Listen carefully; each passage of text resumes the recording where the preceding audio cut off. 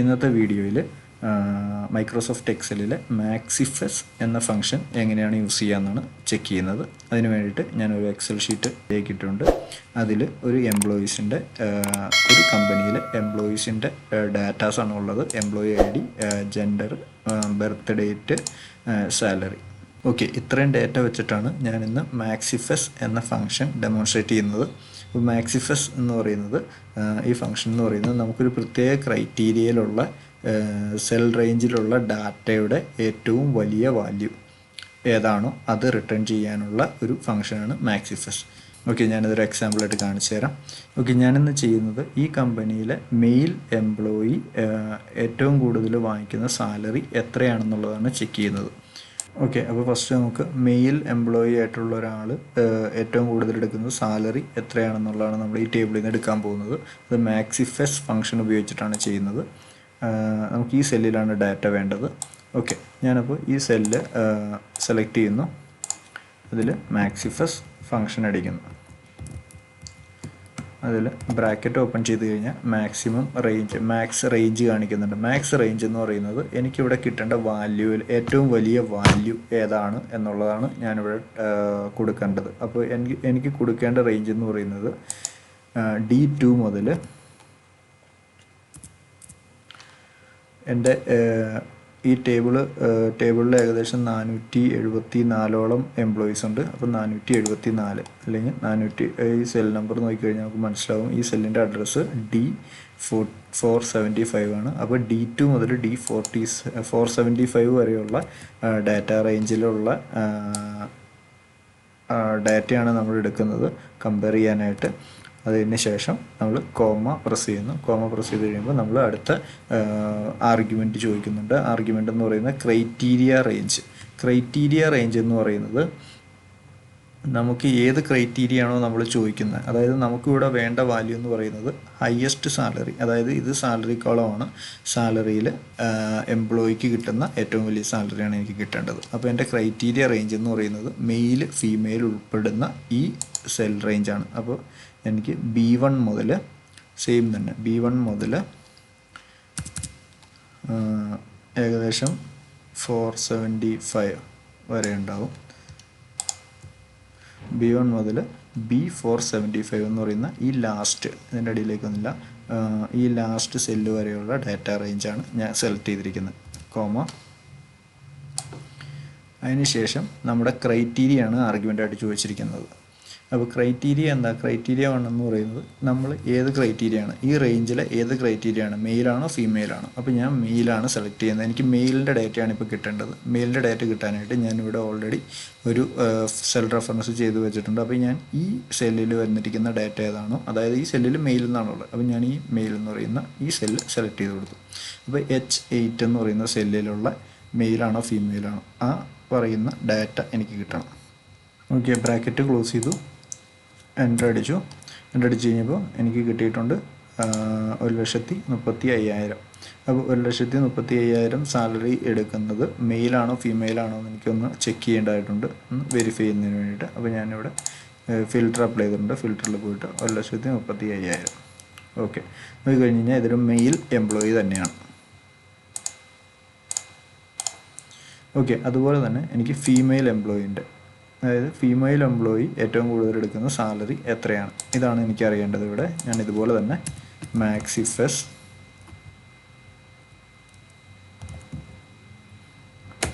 Bracket open ചെയ്തു. എനിക്ക് കൊടുക്കേണ്ട വാല്യൂ D2 മുതൽ D475 വരെയുള്ള റേഞ്ചാണ് ഞാൻ സെലക്ട് ചെയ്തിരിക്കുന്നത്. അതാണ് എൻ്റെ ഫുൾ സാലറിയുടെ കോളം വരുന്നത്. Comma criteria range. അഗെയിൻ ഞാനിവിടെ മെയിൽ ഫീമെയിൽ ഉൾക്കൊള്ളുന്ന B2 മുതൽ B475 വരെയുള്ള ഫുൾ റേഞ്ച് സെലക്ട് ചെയ്തിട്ടുണ്ട്.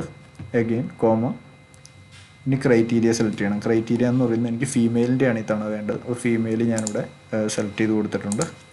ഓക്കെ, ബ്രാക്കറ്റ് ക്ലോസ് ചെയ്തു, എൻ്റർ അടിച്ചു. എനിക്ക് വന്നിട്ടുണ്ട് 58,125. ഓക്കെ, എനിക്ക് 58,125 എന്ന് പറയുന്ന വാല്യൂ വന്നിരിക്കുന്നത്. അപ്പോൾ നമുക്ക് ചെക്ക് ചെയ്യാനും അപ്പോൾ നമുക്കിത് ചെക്ക് ചെയ്യാം. ഫീമെയിലിൽ ഏറ്റവും കൂടുതൽ ഹയസ്റ്റ് സാലറി ആർക്കാണ്. ഓക്കെ, ഞാൻ ഈ ജെൻഡറിൽ ഫീമെയിലിൻ്റെ മാത്രം ഡാറ്റ എടുക്കുകയാണ്. ഇതിൽ ഹയസ്റ്റ് സാലറി വന്നിട്ട് 58125. നമുക്ക് നോക്കാം.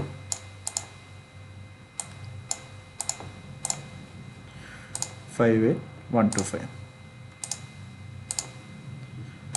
ഓക്കെ, ഇങ്ങനെയാണ് മാക്സിഫസ് ഫോർമുല കണ്ടീഷൻ ഉപയോഗിച്ചിട്ട് യൂസ് ചെയ്യുന്നത്. ഓക്കെ, ഇതുപോലെ നമുക്ക് അടുത്തൊരു വേറൊരു എക്സാമ്പിൾ വെച്ചിട്ട് നോക്കാം.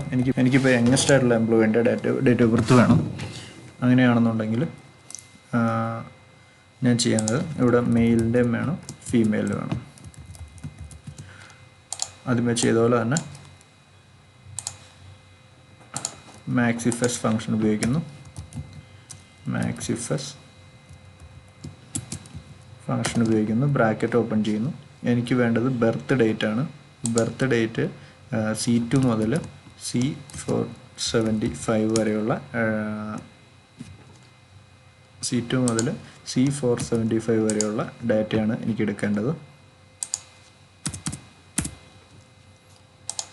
കോമ ക്രൈറ്റീരിയ എന്ന് പറയുന്നത് എനിക്ക് മെയിലാണോ ഫീമെയിലാണോ, അതിൻ്റെ യങ്ങസ്റ്റ് എംപ്ലോയി ആണ് എടുക്കേണ്ടത്. മെയിലാണോ ഫീമെയിലാണോ. അപ്പോൾ എനിക്ക് മെയിലിൻ്റെയാണ് ചെക്ക് ചെയ്യേണ്ടത്. മെയിലും ഫീമെയിലും ഉൾക്കൊള്ളുന്ന B2 മുതൽ B475 വരെയുള്ള ഡാറ്റ സെലക്ട് ചെയ്തിട്ടുണ്ട്. ഇനി മെയിൽ, ഇതിലകത്ത് ക്രൈറ്റീരിയ എന്ന് പറയുന്നത് മെയിലാണ്. ഓക്കെ, മെയിൽ ബ്രാക്കറ്റ് ക്ലോസ് ചെയ്യുക, എൻ്റർ ചെയ്യുക. എൻ്റർ ചെയ്യുമ്പോൾ 18 സെപ്റ്റംബർ 1969 ഇത് കാണിച്ചിട്ടുണ്ട്. 18 സെപ്റ്റംബർ 1969 നമുക്ക് നോക്കാം. അതിൽ തന്നെ മെയിൽ സെലക്ട് ചെയ്യാം. 1969 18 സെപ്റ്റംബർ.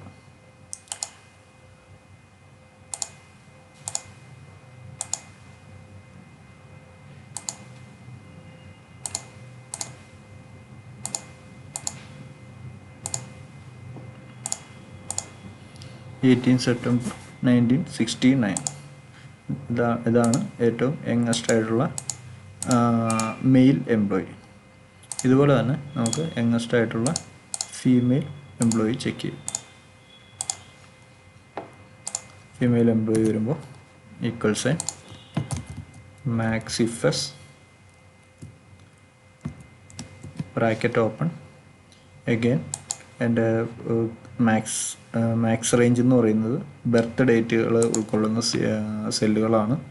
അപ്പോൾ C2 തൊട്ടിട്ട് C475 വരെയുള്ള സെല്ലുകൾ, കോമ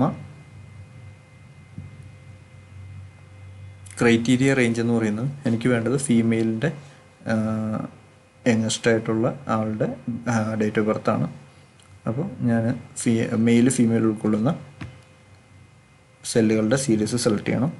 B2 മുതൽ B475 കോമ എനിക്ക് വേണ്ടത് ഫീമെയിലിൻ്റെ ഡേറ്റയാണ്. അപ്പോൾ ഫീമെയിൽ സെലക്ട് ചെയ്തു, ബ്രാക്കറ്റ് ക്ലോസ് ചെയ്തു, എൻ്റർ അടിച്ചു. എൻ്റർ അടിച്ച് കഴിഞ്ഞപ്പോൾ നിങ്ങൾക്ക് കാണാൻ പറ്റും ഇവിടെ 25974 എന്ന് പറയുന്ന നമ്പറാണ് വന്നിരിക്കുന്നത്. ഇതിവിടെ നമ്മുടെ നമ്പറിൻ്റെ ഫോർമാറ്റ് ഇവിടെ നോക്കിക്കഴിഞ്ഞാൽ മേലത്തെ റിബണിൽ നോക്കിക്കഴിഞ്ഞാൽ ഇത് ജനറൽ ഫോർമാറ്റിലാണ് കിടക്കുന്നത്. ജനറൽ ഫോർമാറ്റിൽ കിടക്കുന്നത് കൊണ്ടിട്ടാണ് ഇതുപോലൊരു വാല്യൂ റിട്ടേൺ ചെയ്തിരിക്കുന്നത്. അപ്പോൾ ഞാനിവിടെ മാറ്റിയിട്ട് ഡേറ്റ് എന്ന് പറയുന്ന ഒരു ഫോർമാറ്റിലേക്ക് മാറ്റുകയാണ്. അപ്പോൾ ഷോർട്ട് ഡേറ്റ് എന്ന് പറഞ്ഞാൽ ഇങ്ങനെ ഒരു ഫോർമാറ്റ് ഉണ്ട്, ലോങ് ഡേറ്റ് എന്ന് പറഞ്ഞാൽ ഇങ്ങനെ ഒരു ഫോർമാറ്റ് ഉണ്ട്. അതായത് ഷോർട്ട് ഡേറ്റ് എന്ന് പറഞ്ഞാൽ നമ്പേഴ്സ് മാത്രമേ ഉണ്ടാവൂ. ലോങ് ഡേറ്റ് എന്ന് പറയുന്നത് മന്ത് ആൽഫബറ്റിലുണ്ടാവും. അപ്പോൾ ആ ഒരു രീതിയിൽ. അപ്പോൾ ഞാനിപ്പോൾ ലോങ് ഡേറ്റ് സെലക്ട് ചെയ്യുകയാണെന്നുണ്ടെങ്കിൽ എൻ്റെ കറക്റ്റായിട്ടുള്ള ആ ഫോർമാറ്റിലുള്ള ഡാറ്റ എനിക്ക് ഈ സെല്ലിൽ കാണാൻ പറ്റും. അത് ഡാറ്റ ഫോർമാറ്റുമായിട്ട് ബന്ധപ്പെട്ട കാര്യമാണ്. നമ്മൾ ഓരോ ഡാറ്റയും അതിപ്പോൾ നമ്പർ ടൈപ്പ് ചെയ്യുമ്പോൾ, ടെക്സ്റ്റ് ടൈപ്പ് ചെയ്യുമ്പോൾ അത് നമ്മളിവിടെ ശ്രദ്ധിക്കാം. ഓക്കെ, അതുപോലെ നമുക്കിപ്പോൾ ഈ വാല്യൂ കിട്ടിയിരിക്കുന്നത് യങ്ങസ്റ്റ് എംപ്ലോയി ഫീമെയിൽ 10th ഫെബ്രുവരി 1971 എന്നാണ് പറഞ്ഞിരിക്കുന്നത്. നമുക്ക് ചെക്ക് ചെയ്യാം. ഫീമെയിലിൻ്റെ മാത്രം ഫിൽട്ടർ ചെയ്യുന്നുണ്ട്. ബർത്ത് ഡേറ്റ് 1971 ആണ് ഏറ്റവും മേലെ കിടക്കുന്നത്, February 10th. അപ്പോൾ എനിക്ക് കിട്ടിയിരിക്കുന്ന ഡേറ്റ കറക്റ്റായിരുന്നു.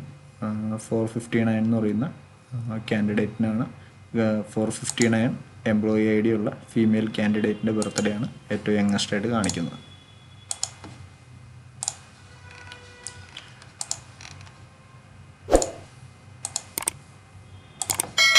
ഇങ്ങനെയാണ് MAXIFS function Microsoft എക്സലിൽ ഉപയോഗിക്കുന്നത്.